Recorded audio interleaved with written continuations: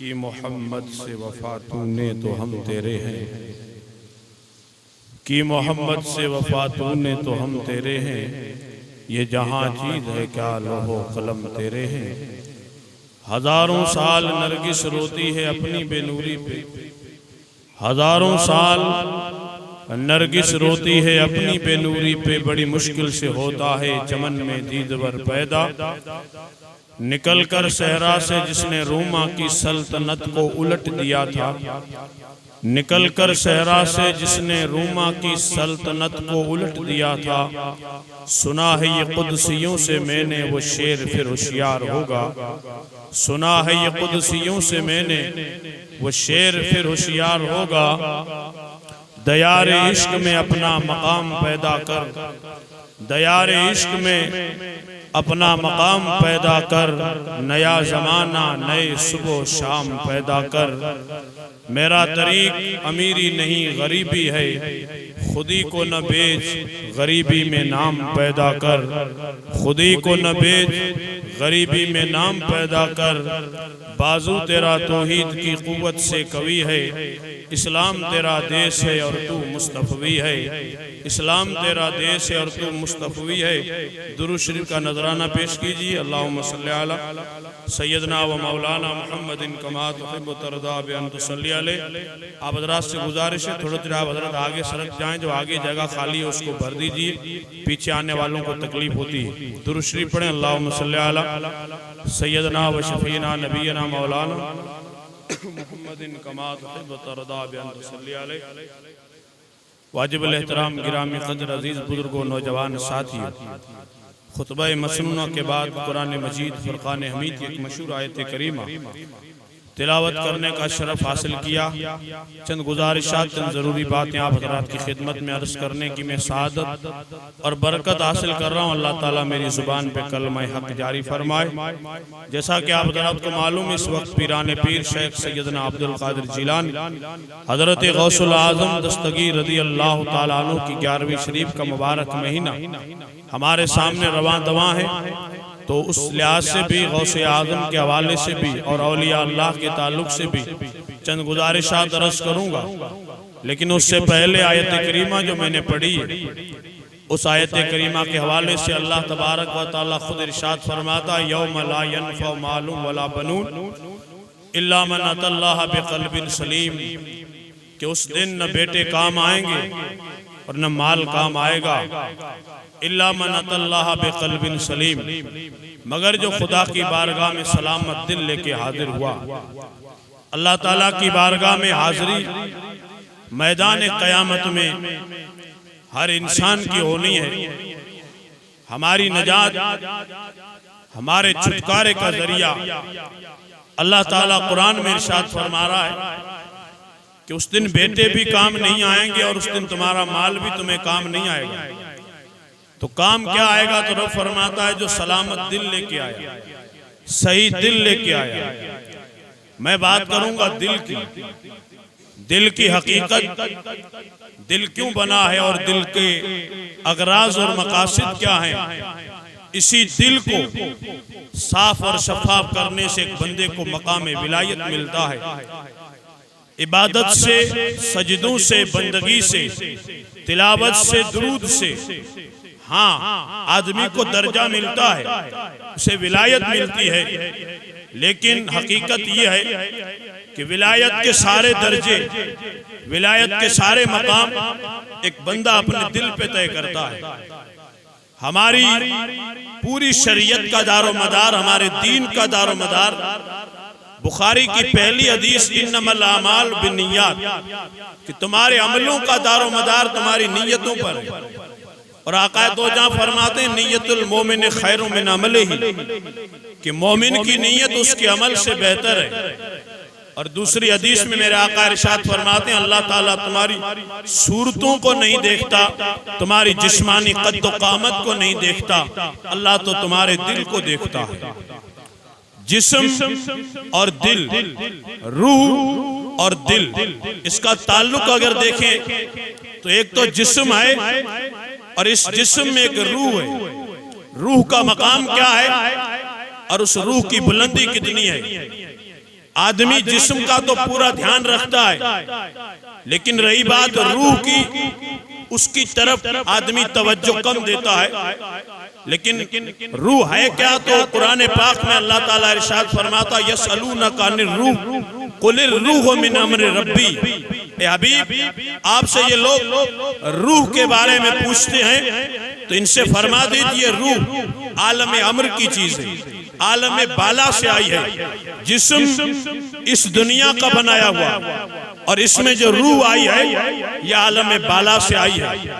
اور دونوں کی ضرورتیں اگر دیکھی جائیں تو جسم کی بھی ضرورتیں ہیں اور روح کی بھی ضرورتیں ہیں۔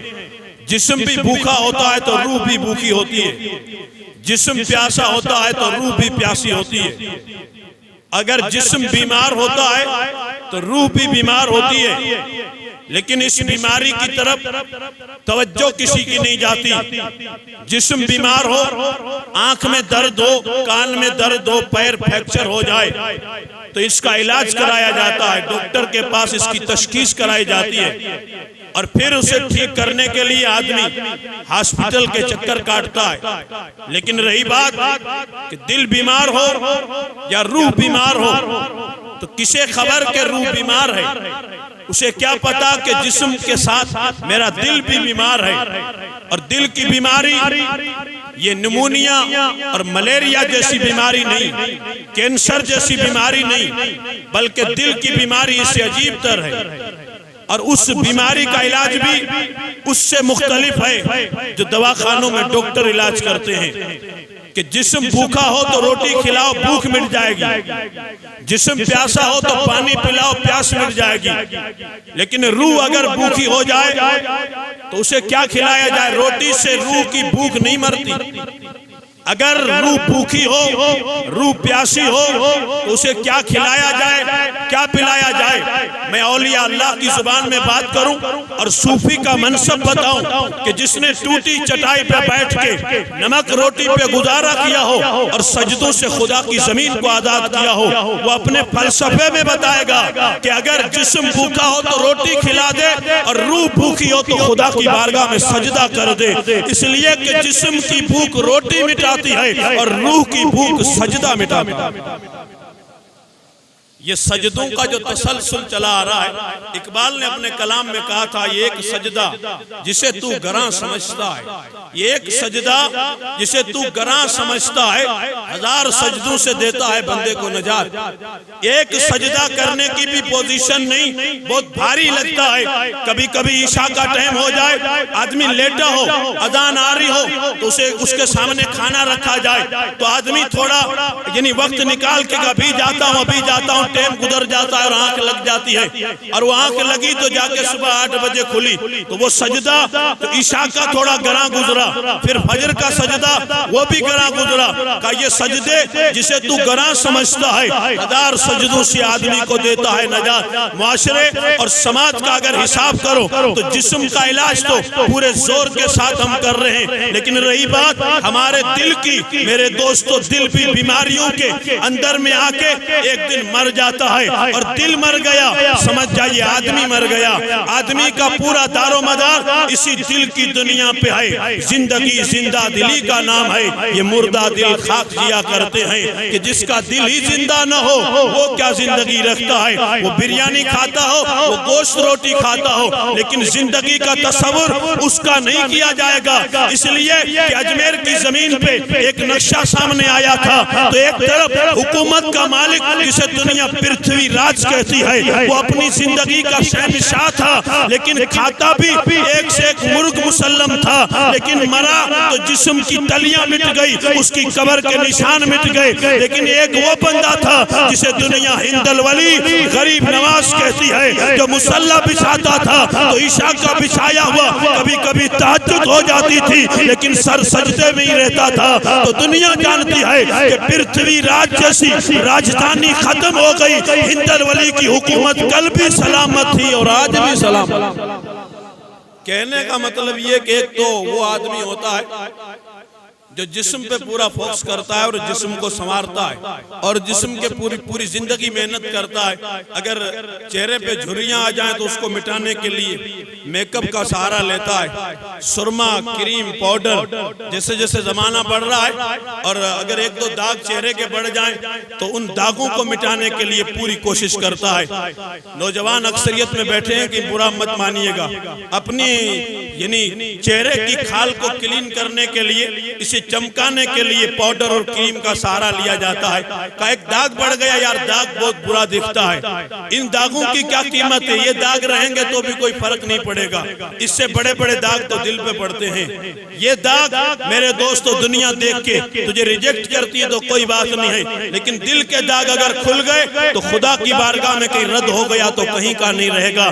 اس لیے کہ چہرے کے داغوں پہ دنیا تبصرہ کرتی ہے، خدا کی بارگاہ میں اس کی کوئی قیمت نہیں ہے۔ خدا تو تیرے دل کو دیکھتا ہے، اگر دل میں داغ لگا ہوگا تو رد ہو جائے گا، اور اگر چہرہ کالا بھی ہوگا، پوری دنیا جسے بلال حبشی کہتی ہے، ہونٹ موٹے بھی ہوں گے، آنکھیں اندر بھی ہوں گی، لیکن دل کی دنیا کا اتنا بادشاہ تھا کہ دل کی دنیا میں محمد عربی کا عشق اتنا پیدا ہو گیا تھا کہ دنیا اس کے سامنے جھک کے سلام کرنے لگی کہ اس بارگاہ میں رنگ کی قیمت نہیں، اس بارگاہ میں دل کی قیمت دیکھی جاتی ہے۔ اور دل کی جب قیمت ادا کی دی تو 8 ہجری کا دن تھا، رمضان کا مہینہ تھا، فتح مکہ کا دن تھا، 12,000 کا لشکر تھا، ابو بکر، عمر، عثمان و علی، سعد و سعید، زبیر و طلحہ، اصحاب پیغمبر، گوری رنگت اور گوری چمڑی والے، کعبے کے صحن میں پورا جتھا لگا ہوا تھا، لیکن محمد عربی کی آواز گونجتی ہے تو کہتے ہیں اے بلال، او میرے کالے رنگ کے بلال ادھر آ جا۔ کالی رنگت تھی لیکن بازو جو پکڑا ہے تو کہا آج کعبے کی چھت پہ بلال ہی چڑھے گا۔ کہا یہ گوری رنگت والے تو کہا اپنی جگہ پہ سب کا مقام مسلم ہے، لیکن آج میں انعام دینا چاہتا ہوں کہ مکے کے پتھروں پہ جو اپنا دل کباب بنا کے میری محبت میں روتا رہا تو آج اسے انعام بھی ملنا چاہیے کہ صبح قیامت تک کوئی محمد عربی کا غلام کسی اور کا نام پہچانے نہ پہچانے، لیکن اس بلال کا نام آئے گا تو ماں کی گود میں دودھ پینے والا بچہ بھی جانتا ہوگا کہ بلال کس کو کہتے ہیں۔ مقام اس سے ملتا ہے کہ دل کی دنیا کو پاکیزہ کر کے اور رکھ دیا سامنے، اور سامنے رکھنے کے بعد میرے امام کا ایک مشہور شعر کا، میں گدا تو بادشاہ بھر دے پیالہ نور کا، نور دن دو نہ تیرا دے ڈال صدقہ نور کا۔ اس دل کی دنیا کو ایک پیالہ بنا اور پیالہ بنا کے اور پھر مصطفیٰ کی بارگاہ میں رکھا۔ کیوں؟ اس لیے کہ پہلے دل کو صاف کر اور صاف کر کے دل پیالہ بن جائے، پھر صاف اس کے بعد، اس لیے کہ اب تو جو مانگنے جا رہا ہے وہ دولت نہیں ہے، اب جو تو مانگنے جا رہا ہے وہ نور مانگنے جا رہا ہے، اور نور دل میں لانا ہے تو دل کو اتنا پاک کر۔ اس لیے کہ جس برتن میں ہم دودھ رکھتے ہیں اس کو بھی ہر اس کھٹاس سے دور رکھتے ہیں، کئی بار دھوتے ہیں اس لیے کہ کہیں دودھ خراب نہ ہو جائے، تو دودھ جس یعنی برتن میں رکھا جائے اس میں دوسری چیز کی آمیزش تک نہیں ہوتی، اس لیے کہ دودھ دوسرے کو برداشت نہیں کرتا، وہ فوراً پھٹ جاتا ہے۔ اسی طرح اگر دل میں نور لانا ہو تو نور بھی دودھ سے کہیں زیادہ شفاف ہے، نور بھی دوسری چیز کو برداشت نہیں کرتا۔ اگر دل میں نور لانا ہے تو اس دل سے حسد، بغض، جلن، کینہ، نفرتیں، عداوتیں، دشمنیاں سب نکال کے اس دل کے پیالے کو پاک اور صاف کر کے جب ایک دم کلیئر ہو جائے تو مصطفیٰ کی بارگاہ میں رکھ کے عرض کر، میں گدا ہوں اور تو بادشاہ ہے، اور بھر دے پیالہ نور کا، نور دن دو نہ تیرا دے ڈال صدقہ نور کا۔ جب اس طرح سے رکھا جائے گا تو میرے امام کہتے ہیں جو گدا دیکھو لیے جاتا ہے توڑا نور کا، نور کی سرکار ہے کیا اس میں توڑا نور کا۔ حقیقت حال سے آگاہ کروں تو بات صرف اتنی ہے کہ محبت رسول اور عشق رسول اس دل کی ایک خوراک تھی جو نکلتا جا رہا ہے وقت کی ہماہم اور وقت کے ستمگری کے ساتھ، کہ پوری دنیا اس کا فیصلہ ہی نہیں کر سکتی کہ کبھی کمزور تھا، کبھی کمزور ہو رہا ہے، کبھی بڑھ رہا ہے، کبھی گھٹ رہا ہے۔ میں نے اگلے جمعے عرض کیا تھا آپ کی خدمت میں، پوری مسلم امت کے حوالے سے یہاں سے لے کے وہاں تک، شمال سے لے کے جنوب تک، پوری دنیا میں اگر دیکھا جائے تو پانی سے زیادہ محمد عربی کے غلام غلام کا خون سستا ہے، اتنا پانی سستا نہیں ہے جتنا زمین پہ رسول اللہ کے غلام کا خون گرتا نظر آ رہا ہے۔ ویڈیو آپ بھی دیکھتے ہوں گے، سوشل میڈیا آپ بھی یوز کرتے ہوں گے، انٹرنیٹ کی دنیا سے آپ کا بھی تعلق ہوگا۔ بلک بلک کے چھوٹے چھوٹے بچے آج بھی فلسطین کی سرزمین پہ اسرائیل کا ظلم و ستم کا وہ جبر جاری ہے، وہ اسے آواز دیا جا رہا ہے کہ یہ دل کی دنیا رکھنے والوں، اتنا دل پہ تالا لگا ہوا ہے کہ احساس تک نہیں جاگتا، احساس تک بیدار نہیں ہوتا ہے کہ تم بھی کسی امت کا حصہ ہو، تم بھی کسی پیغمبر کا کلمہ پڑھتے ہو۔ تم کو ہم روٹی کھا کے بھی آزاد ہیں، میں کہوں گا میرے بھائی آزاد ہم تھوڑی ہیں، آزاد تو وہ مجاہد ہیں جو اپنی مٹی کو بچانے کے لیے اپنے بچوں کے سروں کا سودا کر رہے ہیں، آزاد تو وہ بچیاں ہیں جو اپنے آنچل کا سودا کر رہی ہیں، لیکن دشمن کے سینے کو ٹھوک کے کہتی ہیں مر تو سکتے ہیں لیکن خدا کے گھر مسجد اقصی کو کبھی تیرے ہاتھوں میں نہیں جانے دیں گے۔ جو قوم اپنی مسجد کو سجدوں سے آباد نہیں کر سکتی، وہ مسجد اقصی کو جا کے کیا بچائے گی؟ بچانے والے مجاہد بھی وہ تھے کہ جس کی طرف اقبال نے کہا تھا بازو تیرا توحید کی قوت سے قوی ہے، اسلام تیرا دیس ہے اور تو مصطفی ہے، اسلام تیرا دیس ہے اور تو مصطفی ہے۔ حقیقت حال عزیزان محترم، اسی دل کی دنیا پہ آ کے میری ولایت، میری پرہیزگاری، میری بندگی، میں جو کچھ بھی کرتا ہوں اگر دل میں ٹھیک ہو تو سب قبول ہے، اگر دل ہی ٹھیک نہیں ہے تو کچھ بھی قبول نہیں ہے۔ اس لیے دل کی دنیا کو قرآن مجید میں، حدیث رسول میں سب سے زیادہ توجہ دینے کی اگر ضرورت تھی تو دل کی دنیا پہ تھی۔ پیران پیر شیخ سیدنا عبدالقادر جیلانی، جسے ہم اپنے عقیدے میں غوث اعظم کہتے ہیں، جس کی 11ویں گھر گھر میں کرتے ہیں، 25 سال زندگی کے اگر پڑھ لیے جائیں تو ایران کا جنگل ہے، درخت کے پتے کھاتے ہیں، سمندر کا پانی پیتے ہیں، اس سے زیادہ کچھ بھی نہیں تھا۔ اور کرتے کیا تھے؟ سجدے پہ سجدہ کر رہے تھے۔ 25 سال زندگی کے گزر گئے، روٹی تک نہ دیکھی اور پتے کھا کے گزارا کیا، تو دنیا کو یہ ذہن ملا کہ جو اس طرح سے خدا کی بارگاہ میں مجاہدہ کرے اور اس طرح سے خدا کی بارگاہ میں بلک بلک کے دعا کرے، اس کا مقام غوثیت کبریٰ بنتا ہے اور قیامت کی صبح تک دنیا اس کا نام لیتی رہے گی۔ نام کس کا رہنا ہے اور کس کا نہیں رہنا ہے، یہ آئینہ تو آپ کے سامنے ہے کہ کیسے کیسے بڑے بڑے یعنی تجار عالم تھے، بڑے بڑے شہنشاہ تھے، لیکن نام تک مٹ گیا۔ اگر نام باقی ہے تو کسی غوث اعظم کا باقی ہے اور کسی ہند الولی کا باقی ہے۔ کیوں باقی ہے؟ باقی اس لیے تھا کہ دل کی دنیا پہ انہوں نے ایسی صفائی کر کے اور پھر وہی پیالہ بنا کے مصطفیٰ کی بارگاہ میں رکھا، تو اتنی خیرات ملی تھی کہ وہ خیرات آج بھی اپنے دربار سے تقسیم کر رہے ہیں۔ جو بھی وہاں پہنچتا ہے اسے مالا مال کر کے بھیجتے ہیں۔ میں نے عرض کیا تھا حضرت سلطان صلاح الدین ایوبی رحمت اللہ تعالیٰ علیہ کے بارے میں، یہ بھی وہی مرد مجاہد تھا جو غوث اعظم کے مریدوں میں شامل تھا۔ یہ وہی زمانہ تھا جب غوث اعظم کے تمام مرید اور غوث اعظم کے خلیفے تھے جو بیت المقدس کو آزاد کروانے جا رہے تھے۔ صلاح الدین کے لشکر کا کمانڈر بھی غوث اعظم کا مرید تھا جو اس لشکر میں شامل ہو کے یعنی فلسطین کی سرزمین پہ پہنچے کہ میرے قبلے کو آزاد کروایا تھا۔ عزیزان محترم، اسی دل کی دنیا پہ انہوں نے توجہ دی تو خدا نے ولایت عطا فرما دی۔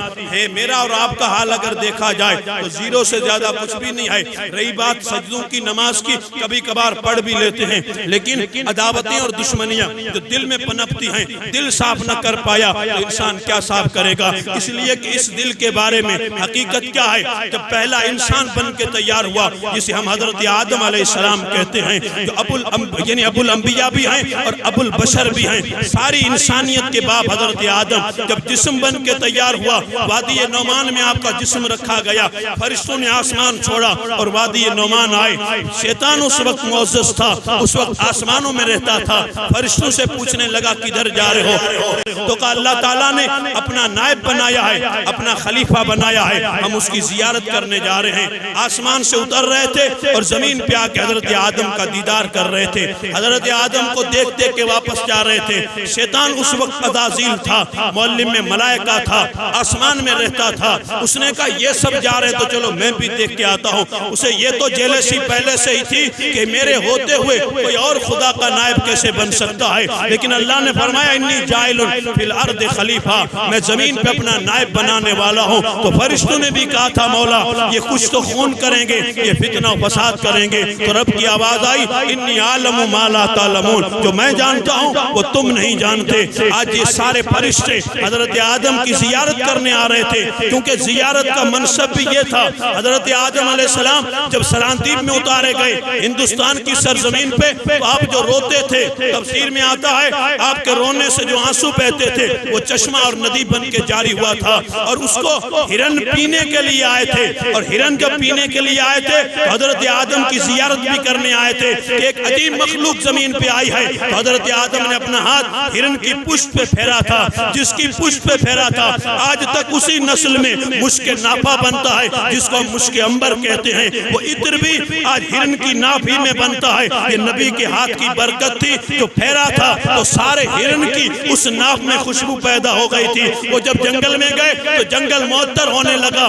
دوسرے ہرنوں نے دیکھا کہ یہ خوشبو کہاں سے آ رہی ہے، تو کہا خوشبو ایک ایسا انسان زمین پہ آیا ہے، اس نے ہاتھ پھیرا تھا، اس کے ہاتھ کی برکت سے خوشبو پیدا ہوئی. تو وہ ٹولا بھی چلا کہ چلو ہم بھی خوشبو لے کے آتے ہیں. جب آئے حضرت آدم کے پاس تو ان کو خوشبو نہیں ملی. تو حضرت آدم نے کہا خوشبو ان کو ملی جو میری زیارت کرنے آئے تھے، تم کو کیسے ملے گی؟ تم تو مجھے دیکھنے کے لیے آئے تھے، تم تو خوشبو کے لیے آئے تھے، تمہاری لالچ تھی اس لیے خوشبو نہیں ملی. خوشبو ان کو ملی جو آدم علیہ السلام کی زیارت کا. آج بھی وہ ہرن دنیا میں پائے جاتے ہیں جن ہرن کی ناف میں وہ مشک بنتا ہے، وہ مشک بھی حضرت آدم کے ہاتھ کی برکت ہے.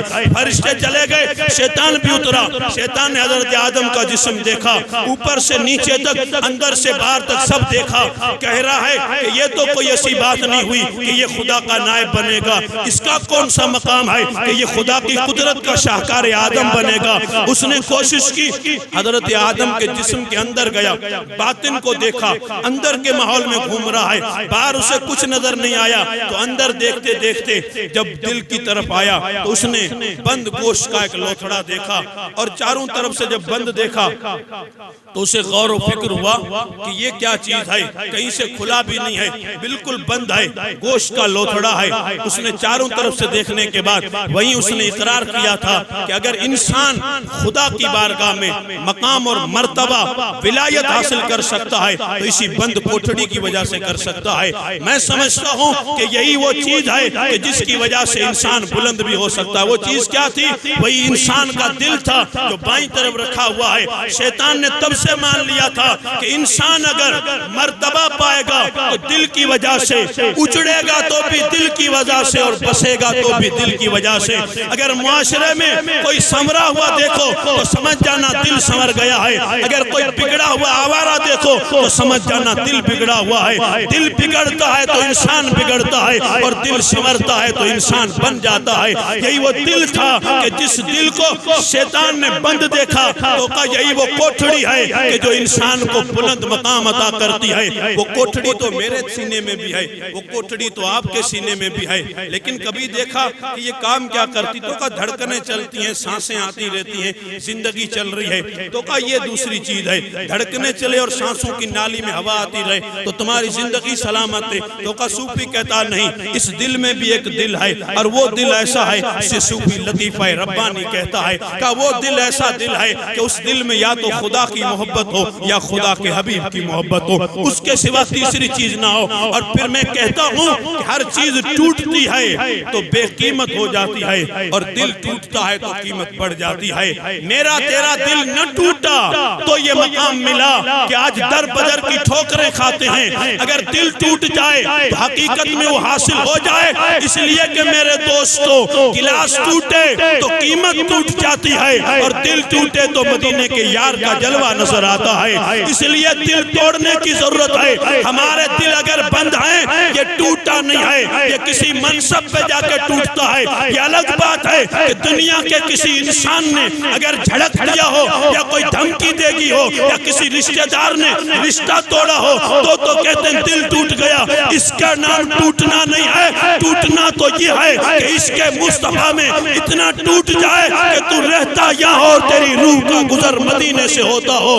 یہاں بیٹھے بیٹھے تجھے قرار نہ ملتا ہو تو سمجھ میں آئے کہ یار کوئی دل بھی ہے اور دل کی قیمت بھی ہے. ٹوٹا نہیں تو مقام بھی نہیں ملا. ایک بزرگ تھے جس کا کام یہ تھا کہ وہ لوگوں کو دیدار رسول کرواتے تھے. آؤ اور دیدار رسول کرو. وظیفہ دیتے تھے یا کوئی ایسی ترکیب بتاتے تھے. بیوی اٹھی اور بیوی نے کہا کیا کر رہے ہو؟ تو کہا لوگ آتے ہیں اور حضور کا دیدار کر کے جاتے ہیں۔ تو کہا تیرے گھر میں بیٹھی ہوں، مجھے بھی تو کرا، میں بھی دیدار کرنا چاہتی ہوں کیونکہ میں بھی اسی رسول کا کلمہ پڑھتا ہوں۔ کہا جاؤ گھر اور کپڑے پہن کے آؤ۔ کہا کیسے کپڑے؟ تو کہا جو شادی کے دن پہنے تھے، سج دھج کے دلہن بن گیا، اس لیے کہ دیدار یار کرنا ہو تو پھر انداز بھی ایسا ہو۔ کہا جا کپڑے پہن کے آ تو تجھے دیدار کرواتا ہوں۔ یہ گئی، عمر تو کافی ہو چکی تھی، اسے کپڑا پہننے میں بھی شرم آ رہی تھی، لیکن آرزو یہ تھی کہ یار کا دیدار ہوگا، مصطفیٰ کا دیدار ہوگا، تو گئی اور کپڑے پہن کے سج دھج کے دلہن بن کے آئی۔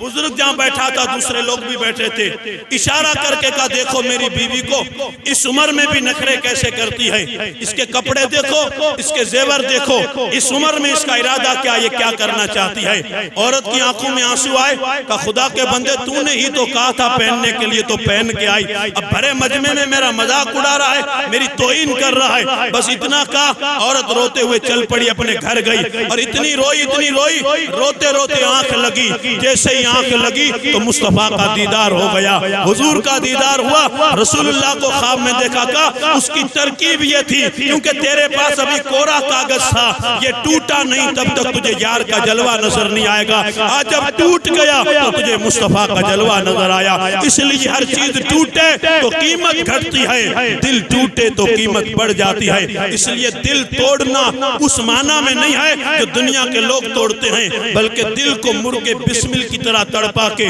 مصطفیٰ جان رحمت کی بارگاہ میں عرض کر یا رسول اللہ کل بھی تمہارے لیے تھا، آج بھی تمہارے لیے ہے، مر تو جاؤں گا لیکن ضمیر کا سودا مارکیٹ میں نہیں ہوگا، اگر یہ سودا ہوگا تو مصطفیٰ کے دربار میں ہوگا۔ اگر یہ ہمارا اور آپ کا طریقہ ہو جائے تو انشاءاللہ یہاں بھی کامیاب ہیں اور وہاں بھی کامیاب ہیں۔ اللہ تعالیٰ ہم سب کو صحیح معنی میں کہنے سے زیادہ عمل کی توفیق عطا فرمائے۔ ایک دو